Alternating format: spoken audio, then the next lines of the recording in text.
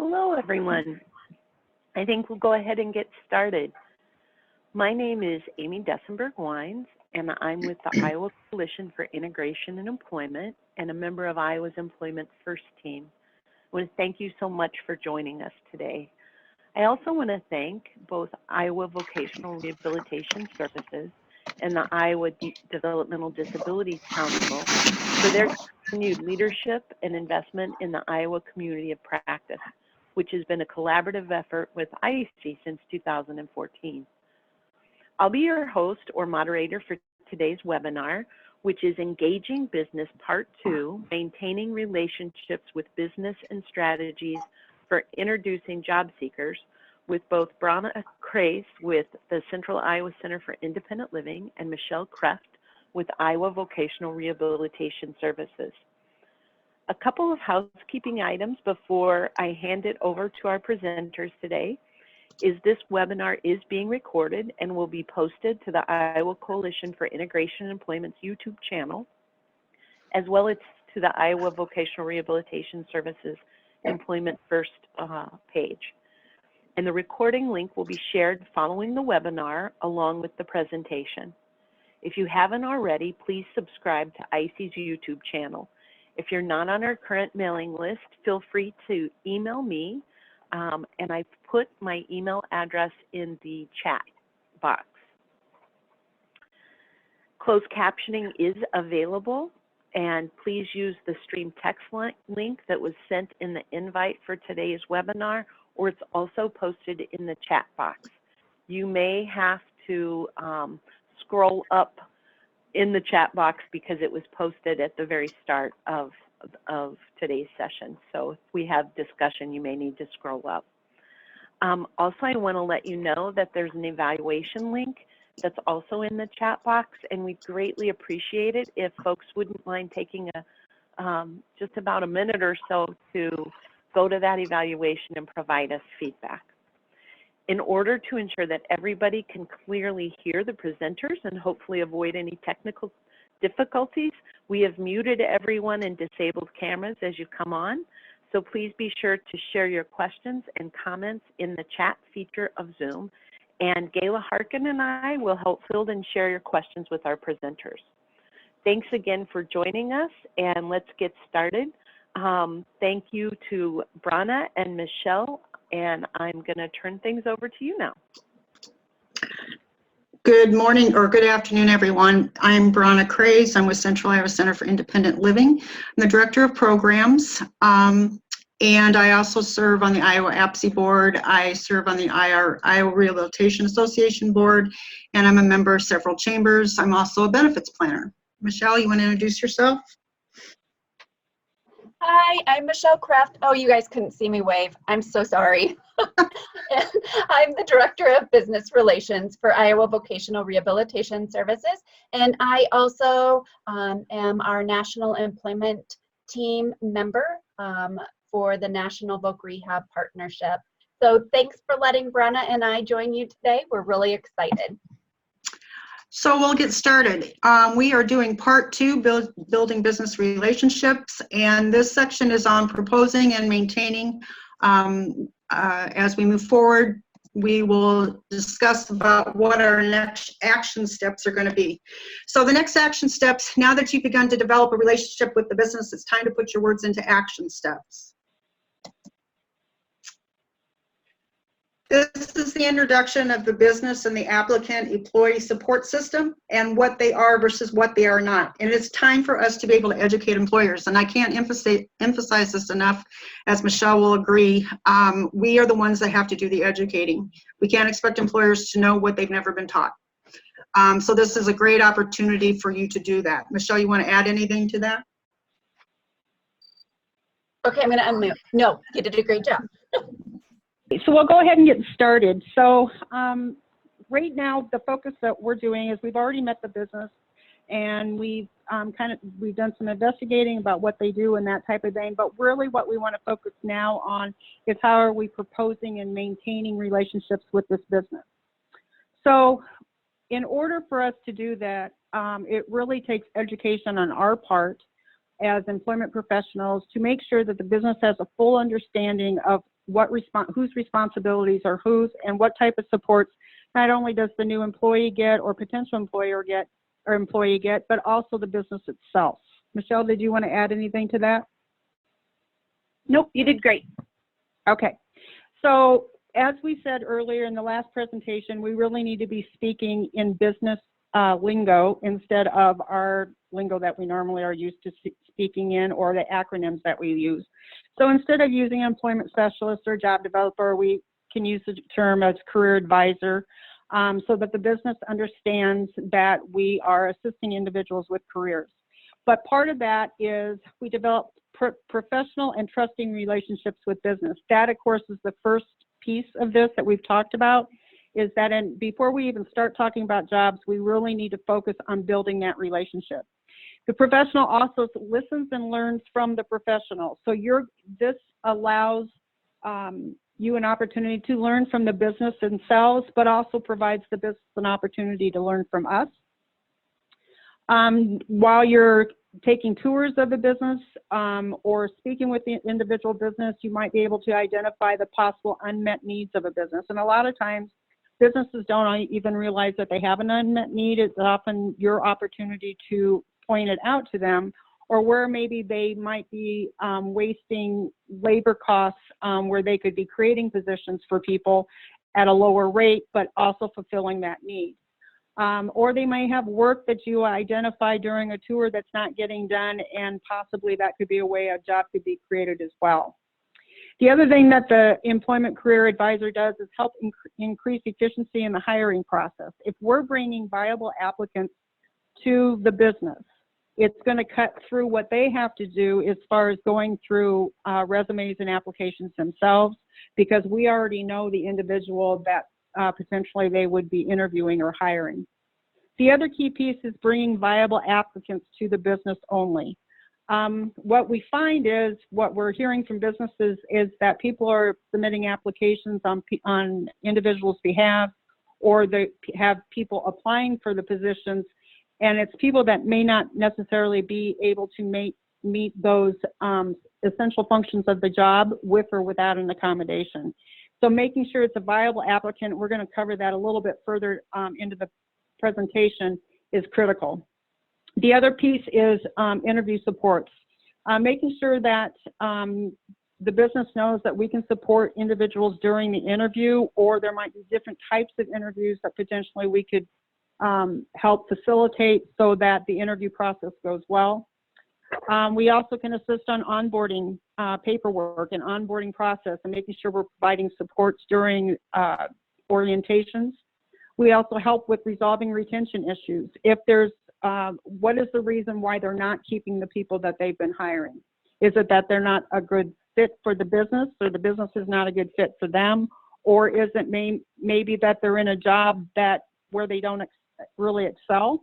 So that could be part of the issue as well. And then insisting in identifying reasonable accommodations. Accommodations, oftentimes, when a business thinks of an accommodation, they're thinking dollar signs. The fact is, most accommodations cost less than $500. I've had accommodations that are simply as easy as just putting a box under a computer monitor. That's an accommodation. So making sure that they understand that it's reasonable accommodations, and that when we talk about reasonable accommodations, the disclosure piece will come into play. In order for a business to have to provide that accommodation, they have to have a valid reason to do so. So it may be something that your client wants versus what they need. So making sure you're identifying that. Anything you'd like to add, Michelle, before we go on? Nope, you're good. Okay. The other thing that a career advisor is, services they provide is training support. And it would be supporting the individual as they're learning their jobs, make sure that they're meeting the expectations of the employer, or if there's any additional accommodations that you can identify. Ongoing supports for the employee. That would include any conversations that need to be facilitated. If somebody's learning a new task, maybe having to step back in. It might be even off-site job coaching, where you're talking about appropriate boundaries in the workplace, or just any other type of or appropriate conversations in the workplace, those type of things. Ongoing supports to the business. That's really continuing to bring viable applicants. It could be in form of trainings. It could be in the form of helping them fill other positions, but it's also helping facilitate conversations during reviews and raise times, helping facilitate conversations of anything that might come up, or if there's any other type of supports that we can provide the business. We already covered the conversations with the employee as needed and identifying supports as needed. It might be that initially certain supports weren't needed and then something comes up and we have to step back in or increase support. Explaining the expectations to both the job candidate and the employer. I think this is a key one, and Michelle, you might want to add to this one as well. The business is going to have expectations, and the expectations for the individual should meet the expectations of the job itself, with or without the accommodations. But we also need to make sure that we're not having businesses make special exceptions for an individual when it's not an exception that really needs to take place. You want to add anything to that, Michelle? Because I think probably you understand what I'm trying to say. Yes, you know, unless it's a modified position, we really expect everybody to do the same tasks as everybody else. And I mean, we don't want them to give favors to the job candidates just because they're individuals with disabilities. We want them to see our candidates as amazing, if not more amazing, than the person working next to them.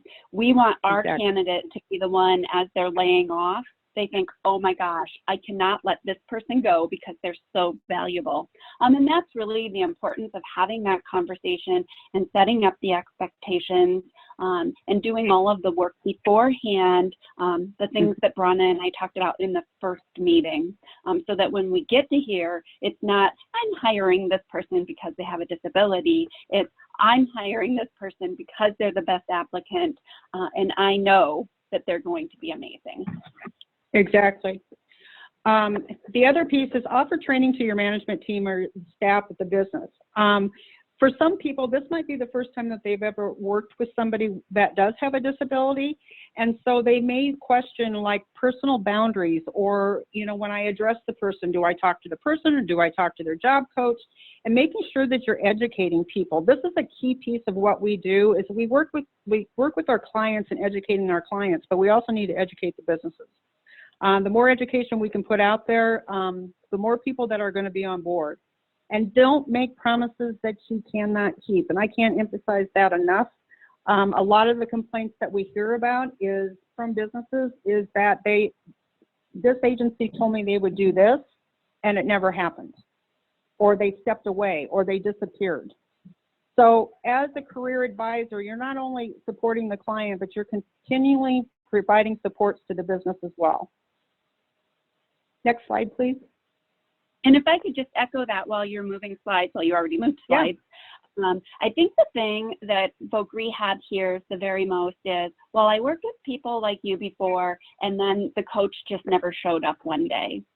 And that really is never okay.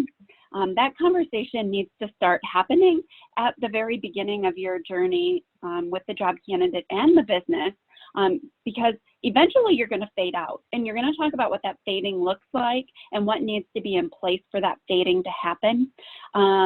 And if you do need to leave unexpectedly, please, please, please call the VR office, because we can provide services and we can come in and help figure out what's going on. What we don't want is for the individual to lose their job.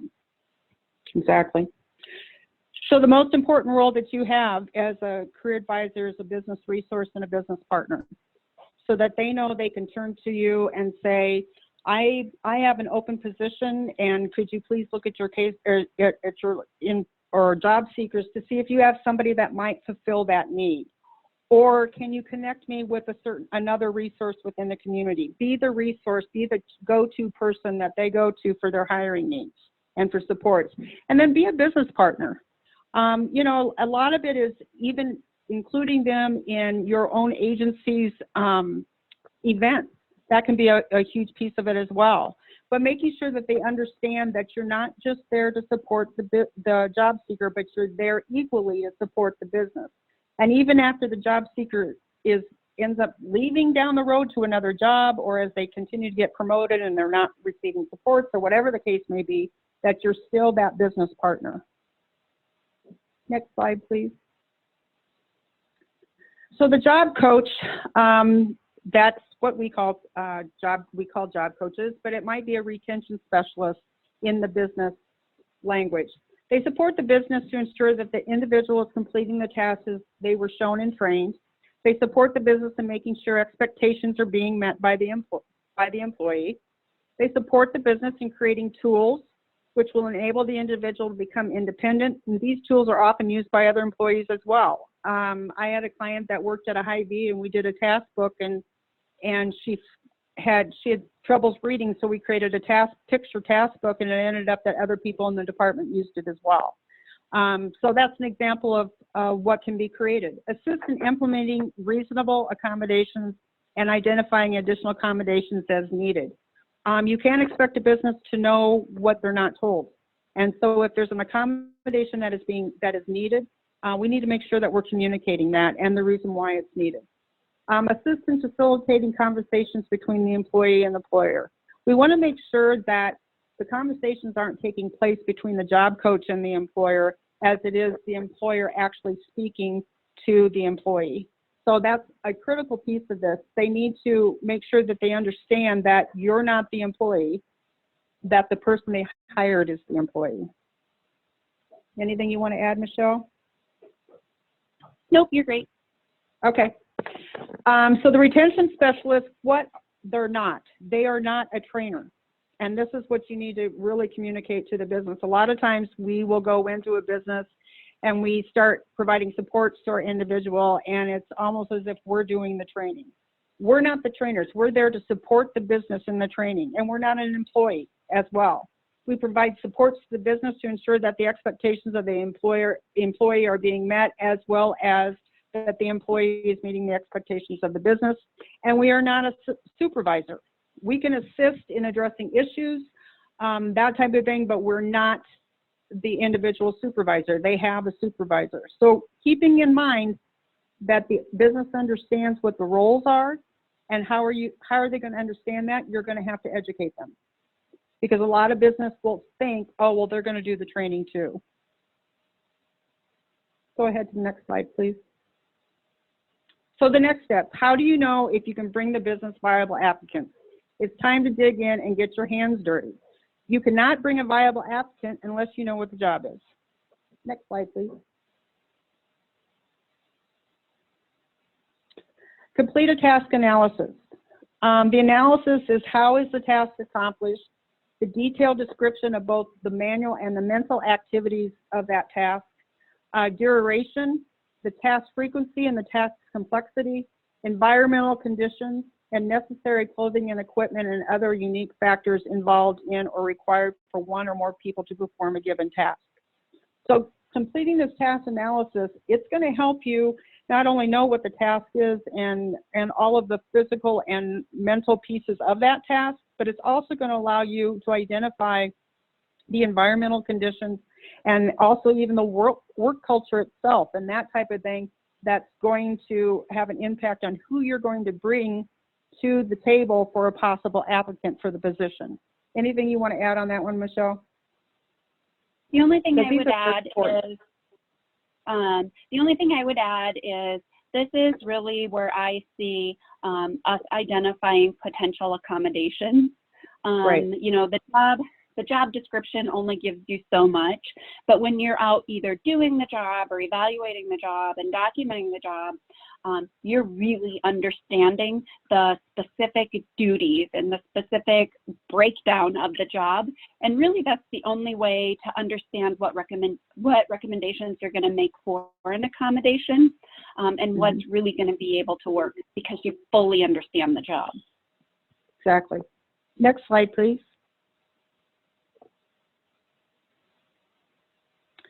Get your hands dirty and ask to complete a work trial for yourself. This is a great way to really to get to know exactly what the job entails. And it also will help with coaching down the road as well. But you can't expect to be able to bring a viable applicant to a position if you don't really understand fully what it does. Prime example, I used to work with Project Search at Unity Point, and we went in to serial processing, and as a team we went in and we actually did the different parts of the serial processing department. I learned that I'm terrible at wrapping surgical instruments, and they probably would have never hired me to do so, but it's part of the job, and I had a better understanding of how the job was performed. So you don't necessarily need to spend a whole day or a week with someone if you want to learn about a specific process. It could be a matter of a few hours. But by being clear up front about what you're wanting to experience kind of identifies what activities you're really going to be doing and what you're actually going to be observing or learning. If possible, wait until the person is out of the rush period of the day, or if the rush period is exactly what you're wanting to do, that's probably, you need to explain to them why you want to do it during that time, and then actually go in and do the job during that time so you can actually learn what the job is like. The best way to educate job seekers is for us to go in and do these types of things. Well, and I think it shows our commitment level to them, to the business. Mm-hmm. Exactly. So you want to have a 20/20 vision. Now that you've learned about the business, the expectations, the different positions themselves, and even tried them out, it is time to, next slide, close the deal. Next slide, please.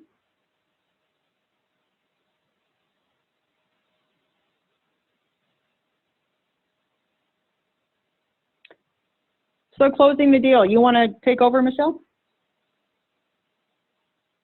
Sure thing. So this is really where we get to have fun. We're really meeting with that business partner and talking about like their hiring needs and what that process looks like. Here's also where I'll probably be asking, you know, what kind of interview questions are you going to be looking at asking the applicant? What are your like must-haves and your hard nose, your non-negotiables? Now that I've kind of seen the job and I understand the job, I really want to know what kinds of things are going to be able to get that person through the screening, or that we would potentially then put a halt on sending somebody to the screening because they wouldn't be like that amazing fit, or we would be thinking about what kind of accommodations would make them an amazing fit. We would be looking at those unmet needs and making recommendations based on that. And it might be that we're recommending job sharing, or we might have some kind of a recommendation on transportation that would help not only our job candidate, but help them get more applicants to the business. We might be looking at the application process and what are those essential functions and what kinds of things could they take out of that application. I remember we looked at an application of a business who had on there, you must have a driver's license. And when we asked why, they said, well, one person on each shift has to be able to drive. And the night shift doesn't need a license at all. And so we got them thinking about all of the people that they were screening out because they screened people out who checked no. And they screened out a lot of really good applicants. So just having those conversations and helping them recognize really the value we can bring to their organization and how we can help that impact that bottom line. Many of the things we do as we're meeting with our businesses, other organizations would charge a lot of money to do.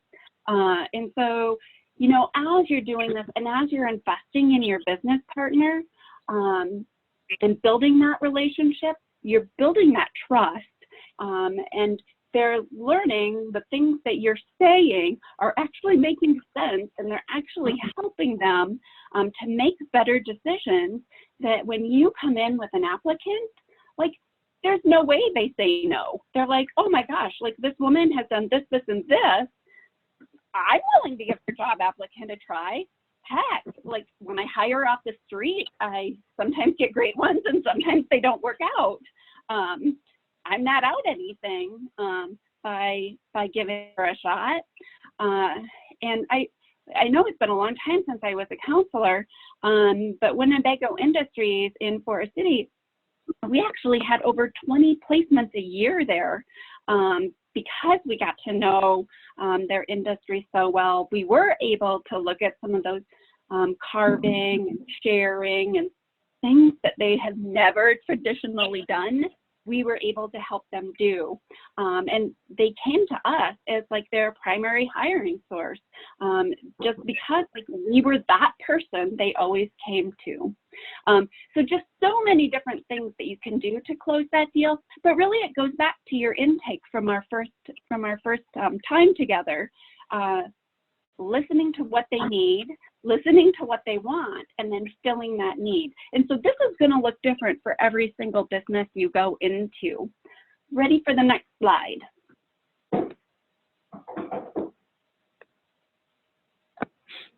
So sometimes, you know, it might be like a written proposal that we would offer to the business as we're closing that deal. It would be writing a job for that customized position. Maybe we're helping them modify their job descriptions. I can't tell you how many job descriptions I've looked at, and actually the job was so much different than what the job description had said. And so after I do my analysis, I'm looking at that description to see what's the same and what's different, and helping them really understand what's the same and what's different and how they might need to rewrite that description, really showing those financial gains that they're getting by working with an organization such as ours.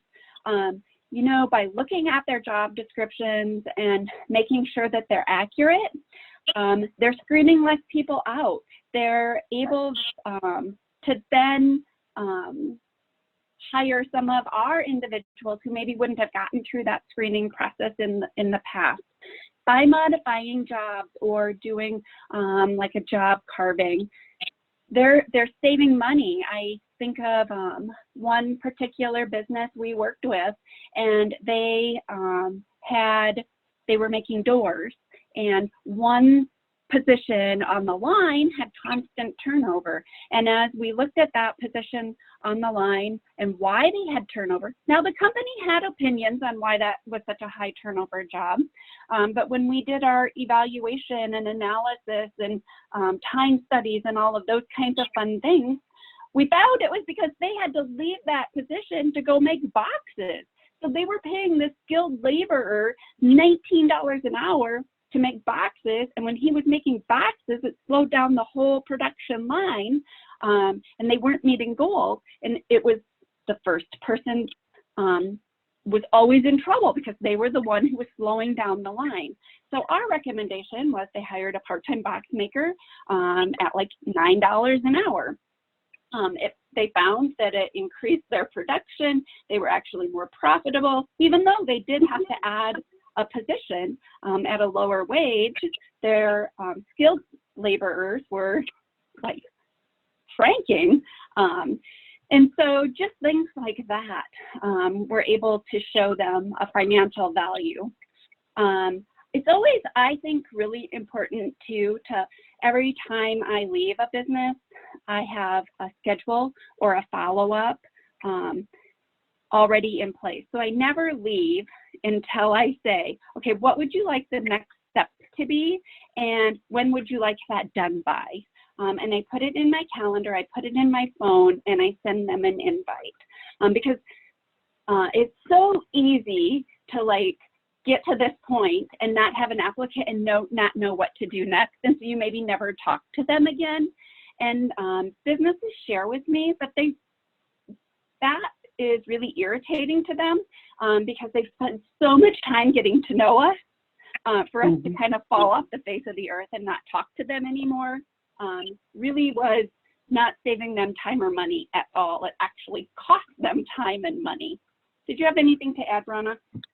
Yeah, I would say, in regards to what you were just talking about, Michelle, I think that's one of the things that we hear from businesses most is that, people just kind of disappear.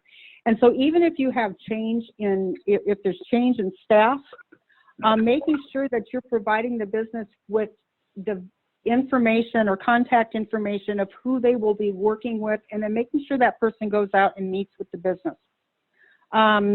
Making sure you're doing those follow-ups. It's critical, because if you do that, you're going to be the go-to person that they call or reach out to when they have a hiring need. And I think the other piece of this closing the deal, and especially with the proposal, is making sure you're including the responsibilities of all the stakeholders, whether it's the business, whether it's the career advisor, whether it's the job coach or the retention specialist, and including those responsibilities would be the new employee themselves, making sure that they understand what their responsibilities are. For sure. Yeah, go ahead. We're ready for the next slide.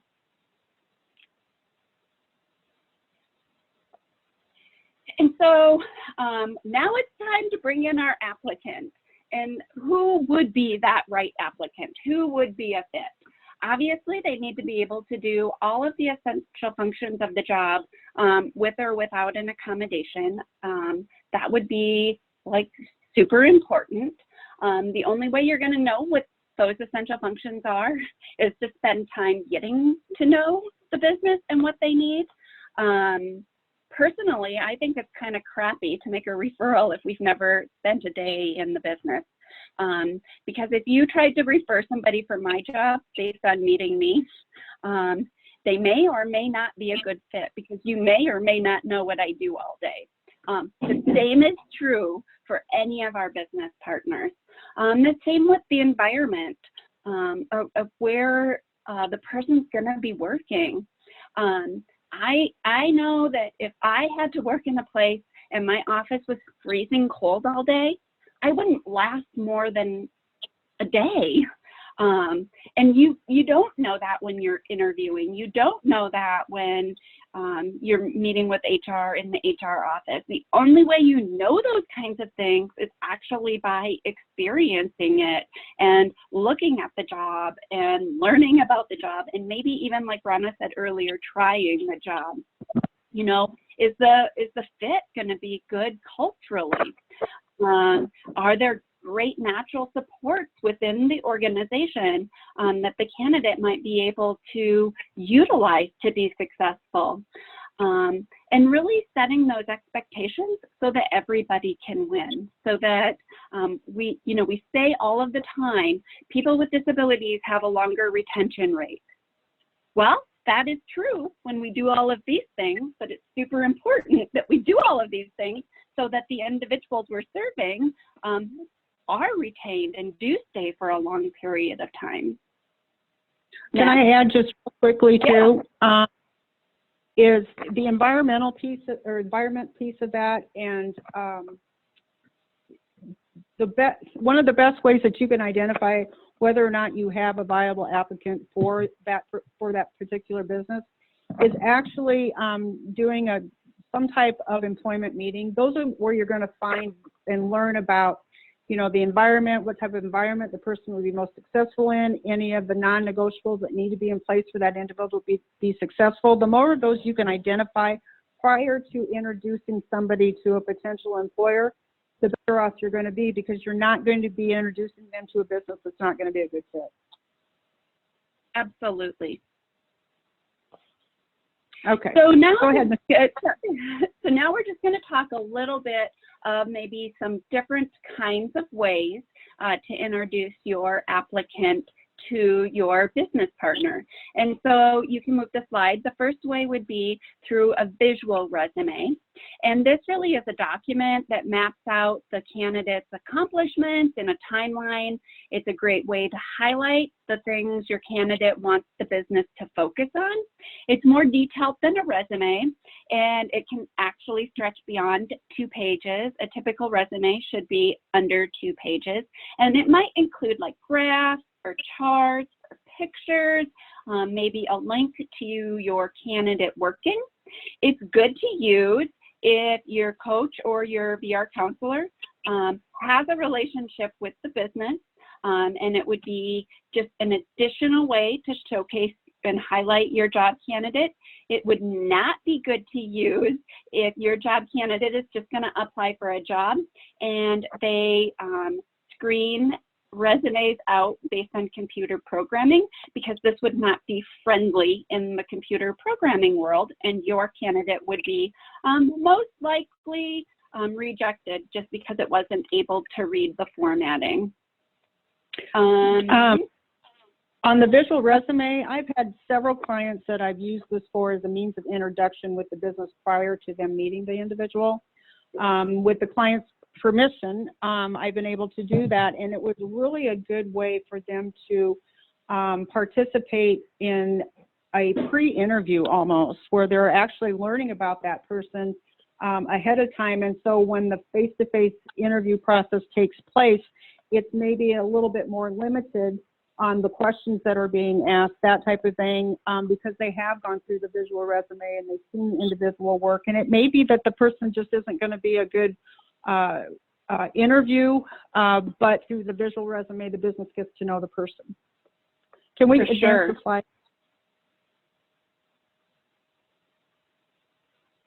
And I would say advance it to video resumes, because we're going to go into video resume now.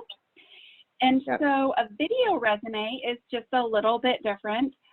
This is one of our favorites at Voc Rehab. And this is actually where we would shoot, edit, and post a video of a job candidate doing a job. And then we create a QR code for the resume. We put that QR code on the resume so that a business could scan it with their phone and actually watch the person doing the task. This is really helpful if you did a job carve and you carved out a box maker, and you happen to have a person who folded boxes faster than anybody you've ever met. This would be like a great way to introduce your candidate. It's not for everyone. We say that the person should really have some great skill sets, and you need to match descriptive words to their skill sets as you're creating the video resume. You don't want a sloppy video resume. You don't want one that's garbled. I mean, you really want it to be amazing, or don't use it at all. We're saying it should be less than 2 minutes, because businesses just don't have time to watch any longer than that. So really have in those 2 minutes what you want to focus on. And then this is to enhance that actual application. This should never be instead of everything else. These would just be additional tools to highlight your job candidate skill sets and show how they're the best position for the job. Anything further, Brenna? Nope, I'm good. Okay, well, we're going to go into the interview prep, and this is so important. Many people don't even get to the interview. So if your candidate gets to the interview, like, congratulations, this is awesome. And so that preparation is even more important. Make sure your candidate knows everything they can about the job, and they've created some questions they're going to want to ask. Make sure that you are doing pre-screening with them and interviewing questions. And one of our staff, I think she's on, Melissa in Iowa City, is, even though we're all working remotely, she is doing mock interviews through Zoom and electronically with her job candidates. And so important to not miss that step and do it lots and lots of times.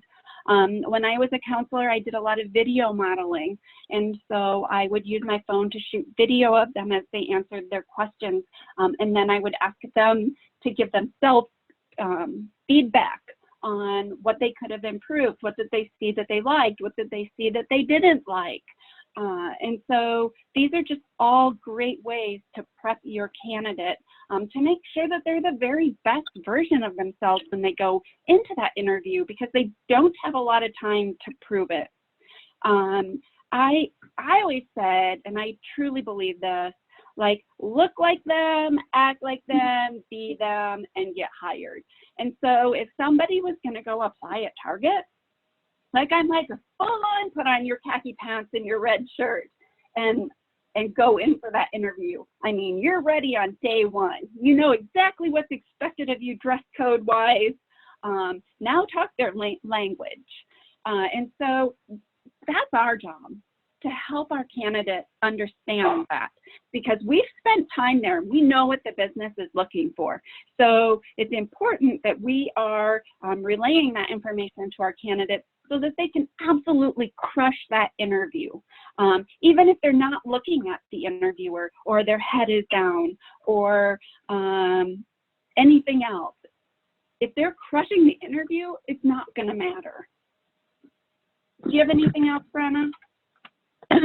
No, I would say too, don't be hesitant in asking the business if they can provide you with interview questions ahead of time. A lot of businesses are really willing to do that as an accommodation.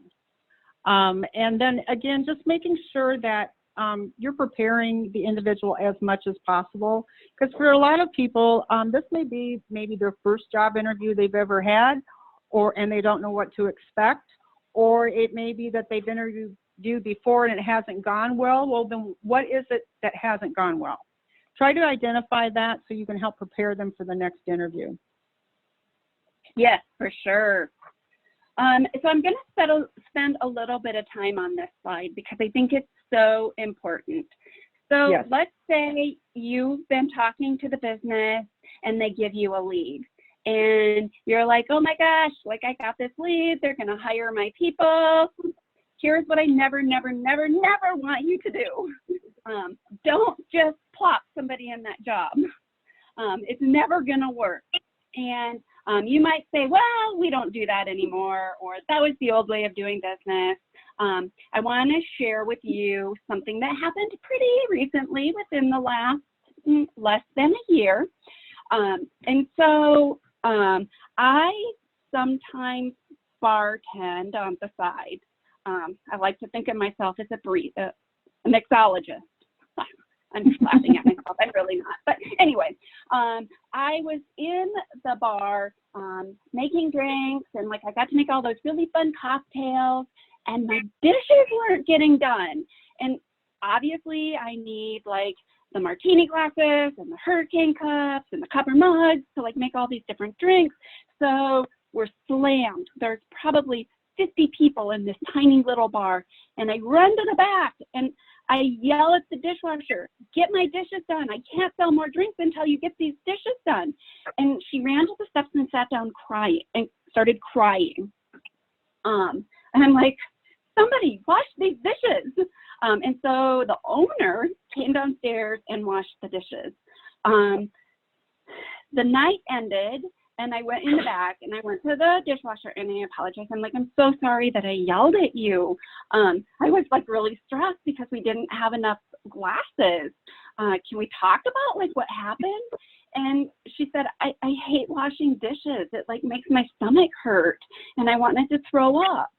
And I'm like, oh my gosh, I'm so sorry. I didn't mean to create this much stress for you. Well, about this time, a job coach came in. And I said to the job coach, I'm like, hey, like, well, I can't think of a makeup name, so I'm just going to say makeup, wasn't able to do the dishes. Like, can you tell me what's going on? He goes, oh yeah, I come in at the end of every shift and I just do the dishes for her. I'm like, oh, like, this isn't a long-term solution. We need to figure out like what made her stomach hurt that made her sit down, because when you walk away, she's going to get fired. This isn't like, can't happen.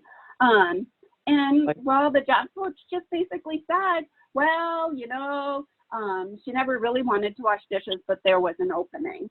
Not okay. She got fired. The business was not like overly happy. And like, what did that do for her self-esteem? I mean, really, she's an amazing young woman who I know could have had an amazing career somewhere, but we just placed her in a place that she didn't want to be. And if I had to wash dishes all day and have somebody like me yelling at them to get the dishes done, I'd have probably had a stomachache and threw up. And so it's just like, you might be saying that doesn't happen, and I'm saying yes, it's still happening, and it's not okay to our business partners, and it's not okay to our job candidates. And so I guess what I want to say is here, don't be a taker, be a giver. You have other partners. If you don't have a viable applicant, reach out to your other partners, and they might have a viable applicant. Share what you learned about that business with your partners. You're serving the business by sharing that information, not by hoarding it, because the business doesn't want to tell 30 different people the same thing. We also have other people within our organizations. I mean, just don't only use that for yourself. Please, please, please, please, please. And yeah, Michelle and I can't emphasize this enough. We have conversations about this all the time, that we're all in this doing the same thing. The purpose of what we do is to make sure that we're providing employment opportunities for individuals with disabilities and educating businesses and getting businesses on board of hiring. If you don't have a viable applicant, reach out to your coworkers, and if they don't, reach out to other agencies that you know do the same type of work. It's critical to keep those relationships going, and it's also, they're going to continue to look at you as that go-to person because maybe you weren't able to help fill that position, but you made sure you found somebody who could. That's right. And it's not my business. Volume. And it's not Bronna's business, and it's not your business, it's ours. I mean, we are true. If we want to be successful and we want to be like the state that really stands out, we are in this together, and we need to serve the business together, not in little silos, because we're not doing anybody any favors. And I mean, that comes with trust. But I would say, like, just by working together, Brenna and I have I would trust Brenna if I gave her the information. I fully trust that she's going to put the right person in that job. And vice versa. And I can say that about a lot of people, right? And so it's building that trust and working together. And maybe hopefully after this call, you guys can, and not that you're not already, but maybe make an effort to do joint business development and to make those connections together and to build that trust amongst yourselves.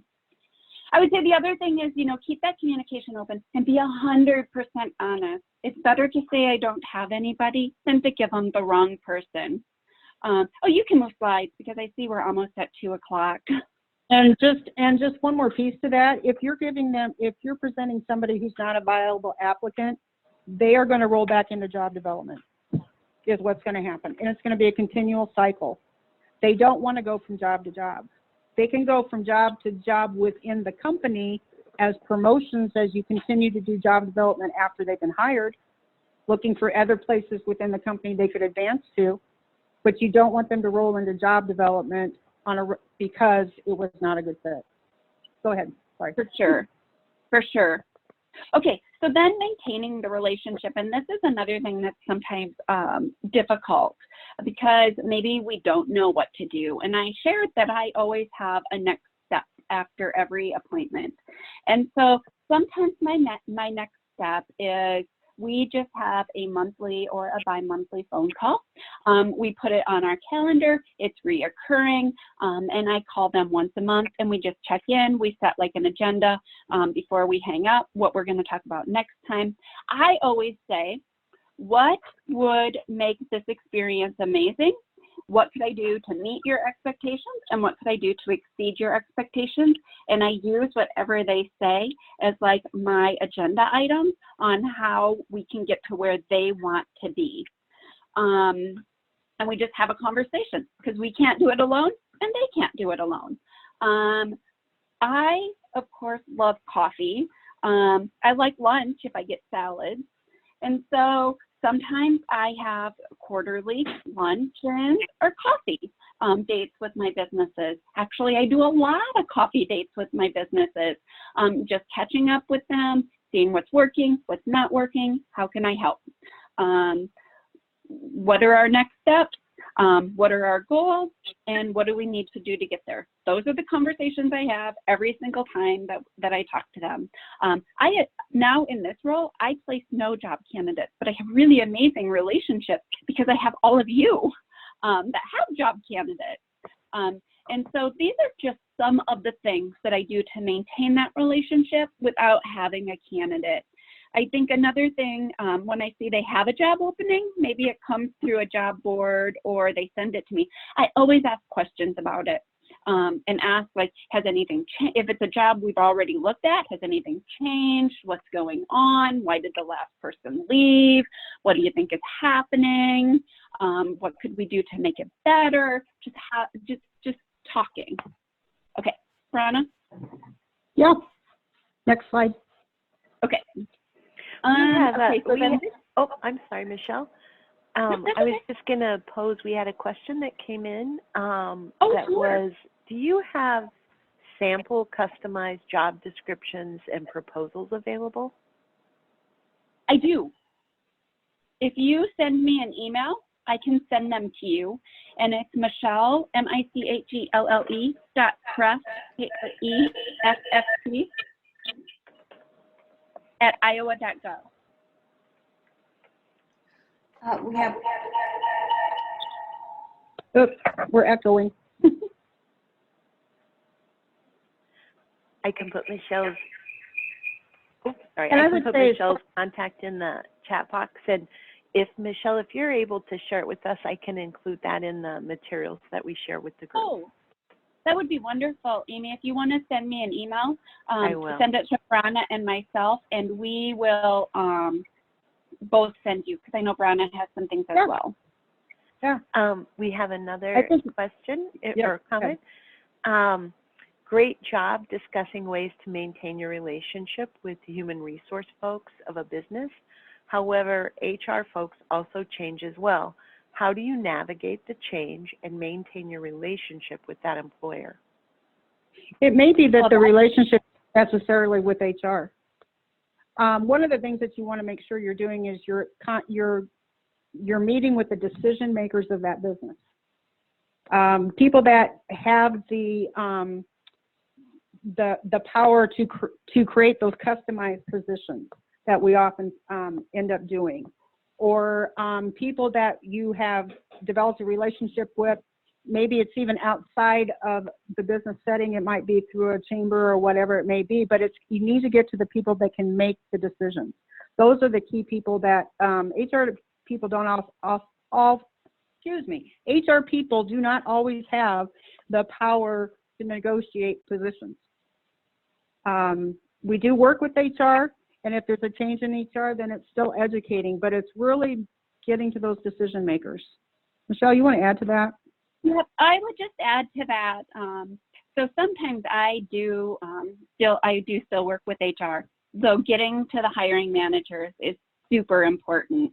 But I spend a lot of time with HR as well because I want them to screen our candidates in and not out. And so usually when I'm meeting with our HR partners, I do a lot of motivational interviewing. And like I was just in a meeting with an HR director not too long ago, and she said something, and I said, "Tell me what you mean by that." And she goes, "Oh, I'm thinking of finding another job." I'm like, "Oh, wait a minute, time out." Oh. Okay, so talk to me about that first of all, and second of all, let's talk about how do we make sure the work we're doing together gets to your replacement. And so I think that when you have like that amazing relationship, you're the person that they're calling, saying, well, actually, I'll back up a second. Most recently, I've been their reference. So I know they're leaving because they'll call me and say, can you be a reference for the work that we've done together? But I have that conversation, you know, when I'm meeting with my HR and even the hiring managers. Okay, so what is this going to look like if and when you ever leave? And how do we make sure that the partnership that we've developed maintains? And they always say, oh, I promise I'll let you know and I'll introduce you to my replacement. That's how I would answer that one. Yeah. But most of the time I know before they leave because they ask me to be their reference. Okay, so now we're going to talk about, I have I have retention. Yep, we're on the right one. Okay, so again, this is super important to make sure that everybody is introduced and everybody knows who is the job coach, who's the job candidate, who the job candidate is reporting to. Another thing that I want to highlight in this one is those natural supports and how very important they are. And so I have another example. This was a manufacturer. We had a job candidate working there with a job coach. The job coach was there for 90 days. And after 90 days, our funding ran out and the job coach was no longer in the business. And we got a call from the hiring manager saying our applicant was going to leave. He was going to quit because transportation was an issue. How frustrating was that? That he'd done so well, but we didn't prepare for this. And so, of course, we went in right away to work things out. Well, sure enough, he had developed a relationship with a coworker, and the coworker said, well, somebody would have asked me, I surely would have brought him to work every day. And so we were able then to get his transportation worked out. But if you're in the business and you're having those conversations, be making those connections. Because the last thing we want for anybody is for our candidate to lose the job. First of all, it's not good for the job candidate. I mean, I don't know if any of you have ever lost a job, but I can't imagine it feels good, even if you leave on your own. Second of all, it's not good for our business partners. And third, if we are not committed to retention, we need to stop telling businesses that hiring people with disabilities is going to help their retention. And so we need to do everything we can, including those natural supports, to make sure that our candidates are going to be there long after we leave. And maybe they'll grow within the company and take promotions. But really it's the natural support that are going to help them stay there. That we have that transportation worked out, we have the daycare worked out, and we have people within that they're comfortable talking to. And like I said at the beginning, VR can work with any business. We have business is one of our customers. We do not need a job candidate there to provide a service to them. If you ever are in a position that you have to quit job coaching, please call us. We can figure something out with that business to keep that person hired.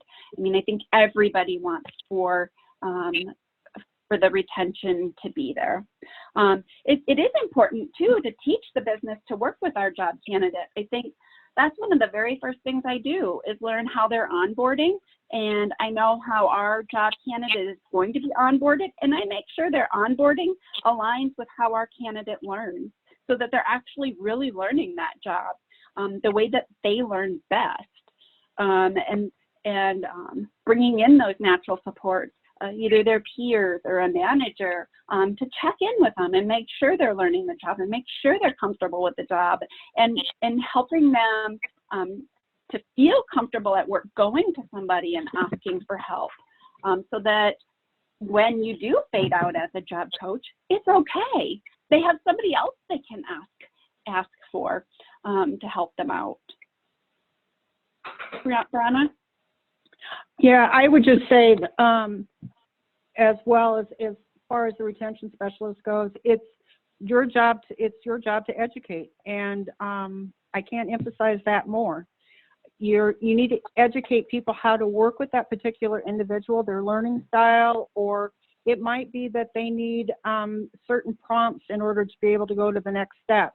Whatever the case may be, it's your job as a retention specialist to educate the people that the individual is working with. And then just making sure that if there's going to be a decrease in support, that it is a mutual agreement between all stakeholders, not only the employee themselves, but the business itself and the supervisor. everybody needs to be in agreement before those supports are decreased. Yes. And I think, remember, you're the face of the agency as well. So that leads us to the last slide, which is called the agency. You know, what I want to say on this, I think we've said it a million times, do what you say you're going to do. And if you can't do it, don't promise it. That would be like, if you have one takeaway, please let that be one takeaway. I think also making sure that you're giving recognition to the business. A lot of times what we find is when we get businesses on board and we recognize them for supporting employment first, that they're recognized for that, and they themselves will talk about the agency in a positive way. And you really need to work with these people, because this is what they did for our business. You know, they can be a resource and a referral for you as well. You know, don't talk to the businesses about issues that have to do with funding. If you have to cut back on supports and it has to do with funding, don't have those conversations. They don't care about the funding. They care about what you say you're going to do. And provide trainings to the businesses as well. Offer them different types of trainings that will provide them a way into creating an all-inclusive workplace. And those can be free trainings that your agency offers. Ask them also to participate in any events or fundraisers that you may have. Promote them on your website, on the agency website, as being a supporter of Employment First. You know, that's free advertisement for them. It makes them look very good within the community itself. But it also gives you an opportunity for maybe other businesses to reach out to that business, and where you become a reference for them as well, or a referral for them as well. Anything else, Michelle? Nope. I think that we have completed this. Yes, I think we have too. Amy, are there any other questions that anyone has? We don't have any right now in the chat box, but Okay. Does anybody have any questions? Feel free to type them in the chat box. I'm And please sorry feel free about to reach out to Michelle or myself as well. If you have questions, we'll be happy to answer them. And I included Michelle and Brana's email in the chat box, and so you can reference that if you need to find their contact information. I apologize for the technical difficulties and really appreciate our presenters' patience as well as all of our participants' patience. Sorry if that made you feel a bit rushed as well. But this is Galen. Before we parted company, I just wanted to make sure that Brana and Michelle know that although these weren't questions, we've had lots of positive comments, and I think people are very, very appreciative of what you've given us today. Great. Oh, thank you. I want to thank Brana and Michelle for all of their time and such great information.